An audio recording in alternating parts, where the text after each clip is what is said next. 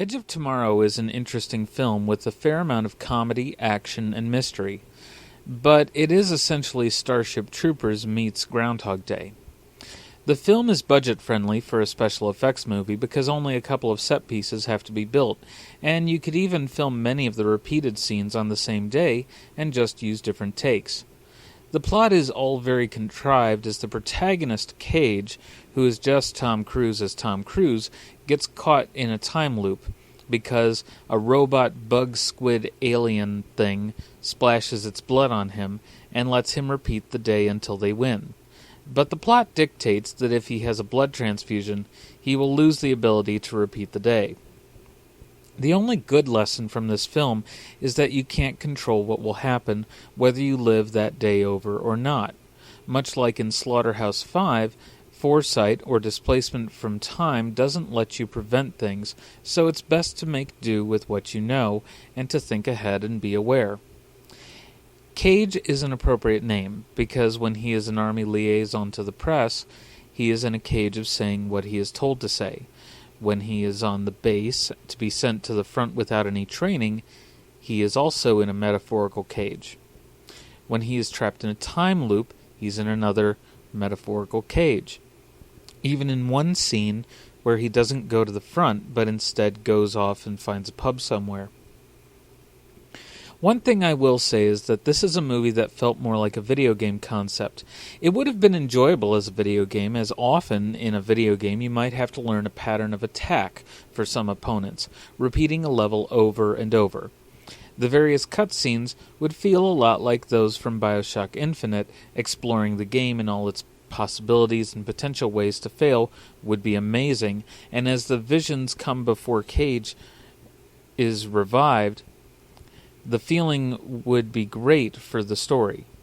Plot twists in the story and side missions all feel like those out of a video game. I honestly wish that they had made this into a video game instead.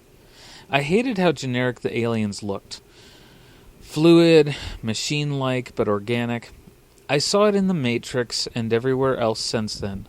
If they had actually gone back to a different kind of alien that wasn't fighting extremely fast and hard to keep track of, then it might have been more enjoyable. I also hated the fact that they made the aliens have one weakness, being the big central alien that's basically a brain bug, a la Starship Troopers.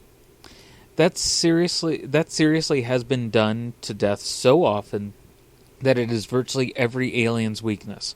Somehow taking out the motherships takes out all the enemy, or firing proton torpedoes into the exhaust port will blow up the unbeatable star fortress. Killing the Borg Queen will cause all the other Borg to die, and that one wasn't even explained so much as it just happened in Star Trek First Contact. The Achilles heel approach is literally as old as Homer's telling of the Iliad.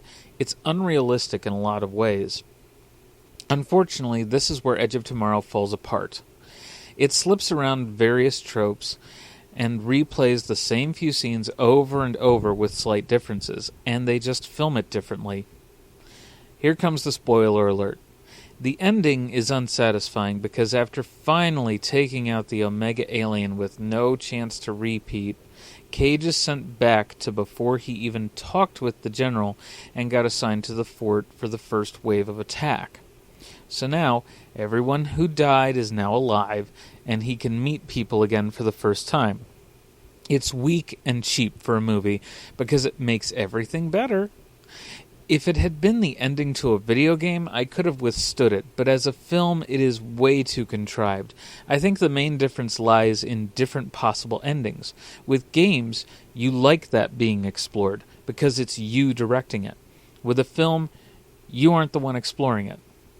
Also, Emily Blunt is pretty, but I didn't believe for a moment that she was a soldier. Edge of Tomorrow gets a 2.5 out of 5.